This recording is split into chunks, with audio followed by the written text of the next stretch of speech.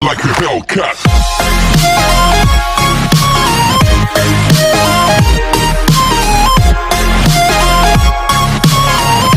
Hi friends, ഞാൻ Sobi Shiji.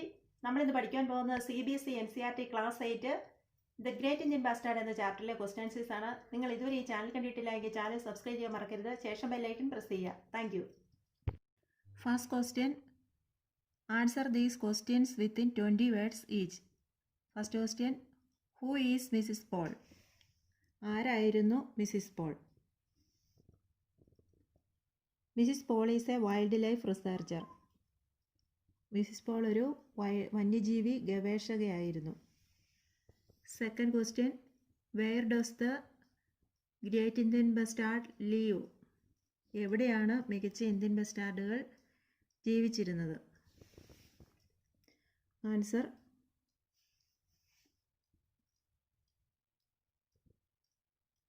Great Indian bustard lives in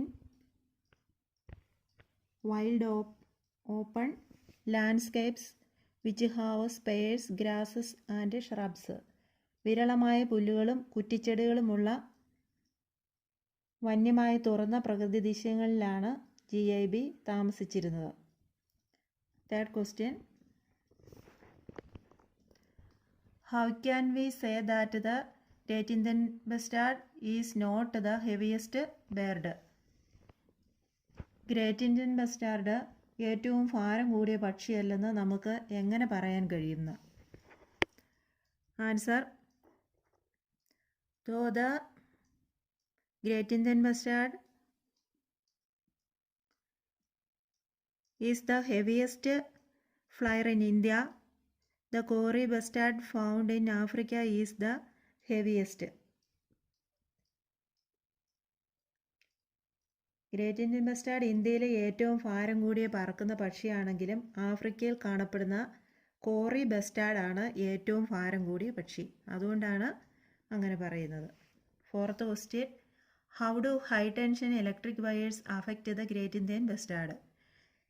എങ്ങനെയാണ് high tension electric വയറുകൾ GIBയെ ബാധിക്കുന്നത്? ആൻസർ,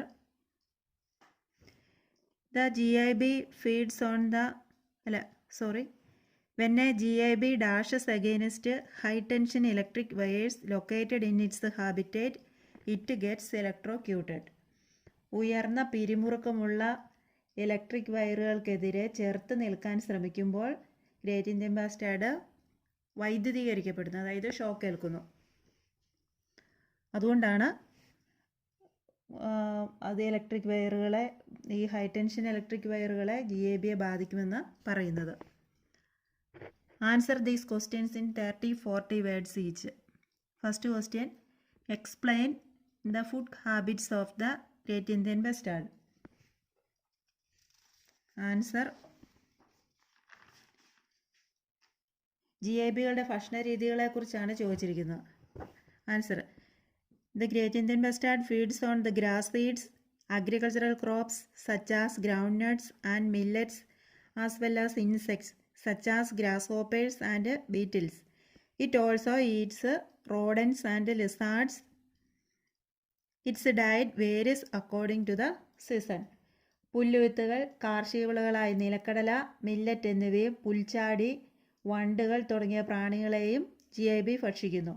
അങ്ങനെ കൂടാതെ പല്ലികൾ, എലികളെയൊക്കെ ഭക്ഷിക്കുന്നു. ഓരോ സീസൺ അനുസരിച്ച് ഇവയുടെ ഭക്ഷണക്രമവും വ്യത്യാസപ്പെട്ടിരിക്കുന്നു. Second question, why should the mother GIB be careful? അമ്മ GIB എപ്പോഴും ശ്രദ്ധാലുവായിരിക്കുന്നത് എന്തുകൊണ്ടാണ്? The mother GIB has to be careful because eggs are exposed to grave danger from predators. Dogs often eat the eggs.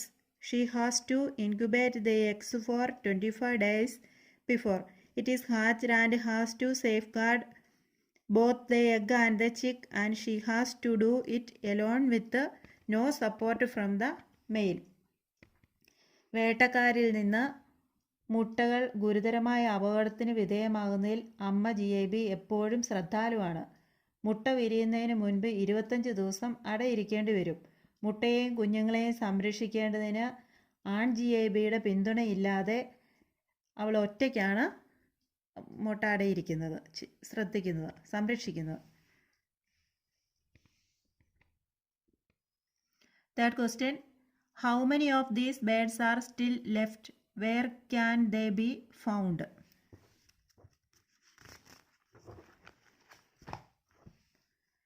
Answer, there are only 150 of these birds left in India. Most of them can be seen in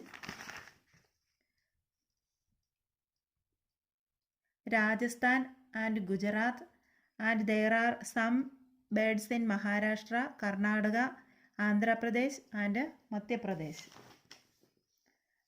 ഈ പക്ഷികളിൽ എത്ര പേരാണ് ഇപ്പോഴും അവശേഷിക്കുന്നത്? അവ എവിടെ കണ്ടെത്താനാകും എന്നാണ് ക്വസ്റ്റ്യൻ. ആൻസർ, ഇതിൽ 150 പക്ഷികൾ മാത്രമേ ഇന്ത്യയിൽ അവശേഷിക്കുന്നുള്ളൂ. അവയിൽ മിക്കതും രാജസ്ഥാനിലും ഗുജറാത്തിലും കാണാം. മഹാരാഷ്ട്ര, കർണാടക, ആന്ധ്രാപ്രദേശ്, മധ്യപ്രദേശ് എന്നീ സ്ഥലങ്ങളിലും ചില പക്ഷികളുണ്ട്. Answer these questions in 80-100 words each. First question, why does Mrs Paul fear that the GAB may meet the same fate as the dodo? ദോദോയുടെ അതേ വിധി GAB നേരിടുന്നുവെന്ന് മിസ്സിസ് പോൾ ഭയപ്പെടുന്നത് എന്തുകൊണ്ട്? Answer, the expansion of agricultural fields and increase in mechanized farming have been responsible for the loss of natural habitat of GAB. Their eggs are often eaten by dogs and they also get electrocuted by high tension electric wires. GAB are often hit by fast moving vehicles. Their hunting and poaching in India has put them in the endangered species and soon they might get extinct as dodo. കാർഷിക മേഖലകളുടെ വികാസവും mechanical ഫാമിങ്ങിലെ വർധനവുമാണ് GABകളുടെ സ്വാഭാവിക ആവാസ വ്യവസ്ഥ നഷ്ടപ്പെടാൻ കാരണമായത്. അവയുടെ മുട്ടകൾ എപ്പോഴും നായ്ക്കൾ തിന്നുകയും ഹൈ ടെൻഷൻ ഇലക്ട്രിക് വയറുകളാൽ വൈദ്യുതീകരിക്കപ്പെടുകയും ചെയ്യുന്നു. അതിവേഗം സഞ്ചരിക്കുന്ന വാഹനങ്ങൾ GABകളെ പലപ്പോഴും ഇടിക്കുന്നു. ഇന്ത്യയിലെ അവയുടെ വേട്ടയും വംശനാശ ഭീഷണി നേരിടുന്ന ഇനങ്ങളിൽ പെടുന്നു. താമസിയാതെ അവ ദോദോയെപ്പോലെ ആയി വംശനാശം സംഭവിച്ചേക്കാം എന്നാണ് മിസ്സിസ് പോൾ പറയുന്നത്. Second question, protecting any species requires joint effort by research institutes, scientific organizations, government departments and NGOs. Explain. ഏതെങ്കിലും ജീവിവർഗങ്ങളെ സംരക്ഷിക്കുന്നതിന് ഗവേഷണ സ്ഥാപനങ്ങൾ, ശാസ്ത്ര സംഘടനകൾ, സർക്കാർ വകുപ്പുകൾ, NGOകൾ എന്നിവയുടെ സംയുക്ത പരിശ്രമം ആവശ്യമാണെന്ന് പറയുന്നു. അതെന്തുകൊണ്ടാണെന്ന് വിശദീകരിക്കുക. Answer, any initiative will be effective only when people are aware of its agenda and they cooperate to execute it successfully. The research institutes help us to understand the reasons behind extinction of any species. Scientists help to draft ways to address the issue. Government allocate the funds to carry necessary steps and NGOs help to bring people together and spread awareness. Hence, it is a collective effort. ഏതൊരു സംരംഭവും അതിൻ്റെ അജണ്ടയെക്കുറിച്ചും അത് വിജയകരമായി നടപ്പിലാക്കുമെന്നതിനേക്കുള്ള കോർപ്പറേറ്റുകളെക്കുറിച്ചും ബോധവാന്മാരാകുമ്പോൾ മാത്രമേ ഫലപ്രദമാകുകയുള്ളൂ. ഏതെങ്കിലും ജീവിവർഗങ്ങളുടെ വംശനാശത്തിന് പിന്നിലെ കാരണങ്ങൾ മനസ്സിലാക്കാൻ ഗവേഷണ സ്ഥാപനങ്ങൾ നമ്മെ സഹായിക്കുന്നു. പ്രശ്നം പരിഹരിക്കാനുള്ള വഴികൾ തയ്യാറാക്കാൻ ശാസ്ത്രജ്ഞർ സഹായിക്കുന്നു. ആവശ്യമായ നടപടികൾ കൈക്കൊള്ളുന്നതിനായി സർക്കാർ ഫണ്ട് അനുവദിക്കുകയും NGOകൾ ആളുകളെ ഒരുമിച്ച് കൊണ്ടുവരാനും അവബോധം വ്യാപിപ്പിക്കാനും സഹായിക്കുന്നു. അതിനാൽ ഇതൊരു കൂട്ടായ പരിശ്രമമാണ്. Third question, Mrs Paul tells Anoop, the future and safety of wildlife and the environment lies in the hands of young people like you. How do you think young people can help to protect wildlife? Mrs Paul അനൂപിനോട് പറയുന്നു, വന്യജീവികളുടെ പരിസ്ഥിതിയുടെയും ഭാവി സുരക്ഷയും നിങ്ങളെപ്പോലുള്ള ചെറുപ്പക്കാരുടെ കൈകളിലാണ്. വന്യജീവികളെ സംരക്ഷിക്കാൻ ചെറുപ്പക്കാരെ എങ്ങനെ സഹായിക്കാൻ കഴിയുമെന്നാണ് നിങ്ങൾ കരുതുന്നത്? Answer, the young people are globally connected through technology and are aware of incidents happening around the world. They have a pivotal role in improving the environment which is facing serious threats due to pollution, global warming, endangering and extinction of species of plants and animals, etc. They can join hands to spread awareness and also take measures to improve the condition. People look towards ideal youths as they are the nation builders. യുവാക്കൾ ആഗോളതലത്തിൽ സാങ്കേതിക വിദ്യയുമായി ബന്ധപ്പെട്ടിരിക്കുന്നു. ഒപ്പം ലോകമെമ്പാടുമുള്ള സംഭവങ്ങളെക്കുറിച്ച് അവർ ബോധവാന്മാരാണ്. മലിനീകരണം,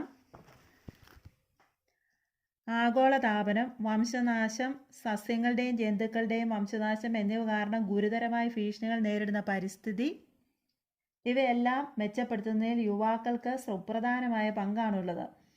അവബോധം വ്യാപിപ്പിക്കുന്നതിന് അവർ കൈകോർക്കാനും അവസ്ഥ മെച്ചപ്പെടുത്തുന്നതിനുള്ള നടപടികൾ സ്വീകരിക്കാനും യുവാക്കൾക്ക് കഴിയും. രാഷ്ട്ര നിർമ്മാണത്തിന് അനുയോജ്യമായ യുവാക്കളെയാണ് ആളുകൾ പ്രതീക്ഷിക്കുന്നത്.